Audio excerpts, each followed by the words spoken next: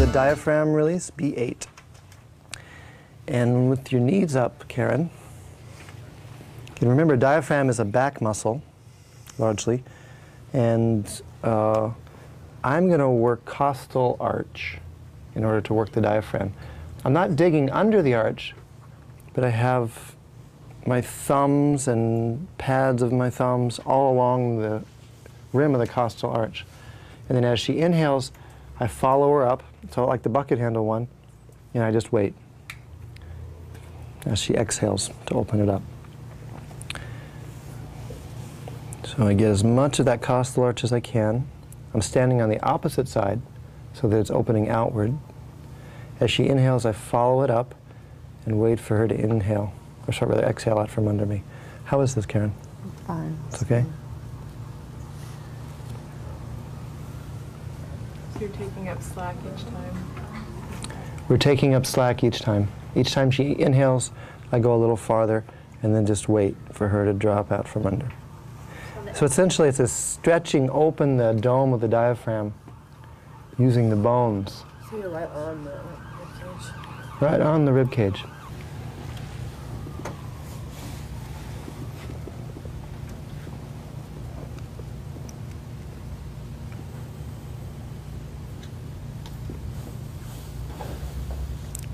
Doing okay there?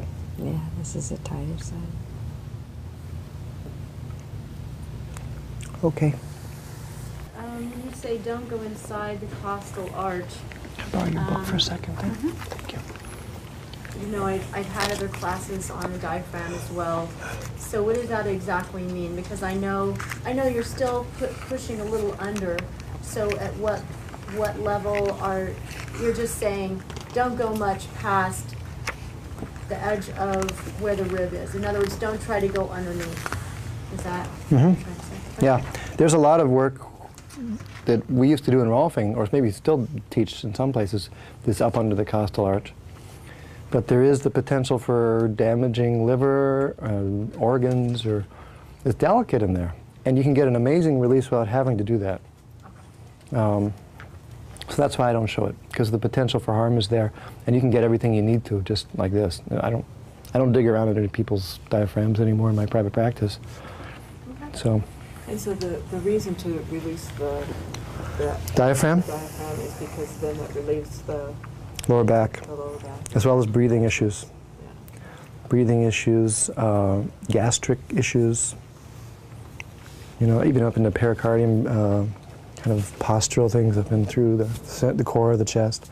All those will be helped by So if diaphragm somebody's relief. like kind of pulled into this posture for the Yeah, yeah. Now there's two variations for the camera and for you guys. One is, and this is more my tendency, to have a closed front of the diaphragm, yeah, which this work will be really great for. The other tendency is to have a closed back of the diaphragm, which that previous technique will be really great for, the 12th rib work. So people tend to be, you know, closed front or closed back. But either case, in some ways, it's a diaphragm issue.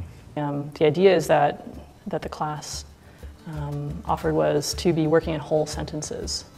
You know, to not just to kind of jump in and do a little something and leave, but you know, I'm starting, like I have a great start and a great finish, and this section that I'm working on is complete. So the client really feels, you know, they don't get lost. They're not just like, you're not just working on them, but you're having more of a dialogue and you're listening to the body, to their body, and you're saying something to it, and it's, you know, kind of a complete circle.